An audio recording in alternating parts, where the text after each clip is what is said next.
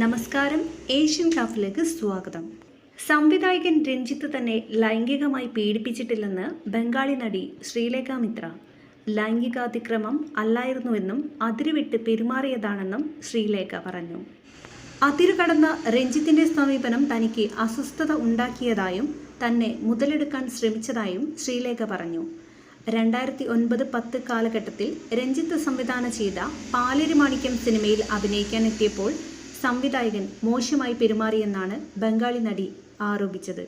അതേസമയം സംവിധായകൻ രഞ്ജിത്ത് ചലച്ചിത്ര അക്കാദമി ചെയർമാൻ സ്ഥാനം ഞായറാഴ്ച രാജിവെച്ചു. ബംഗാളി നടി ഉന്നയിച്ച ആരോപണം വിവാദമായ പശ്ചാത്തലത്തിലാണ് രാജി. വിവാദങ്ങളുടെ പശ്ചാത്തലത്തിൽ സർക്കാരിന്റെ പ്രതിച്ഛായയ്ക്ക് കളങ്കമേൽക്കാതിരിക്കാനാണ് രഞ്ജിത്ത് ഈ തീരുമാനമെടുത്തതെന്നാണ് അടുത്ത വൃത്തങ്ങൾ അറിയിച്ചത്. ആരോപണമുന്നയിച്ച നടി പാലേരി മാണിക്യം പാതിര കൊലപാതകത്തിന്റെ ഓഡിഷന് വന്നിരുന്നു.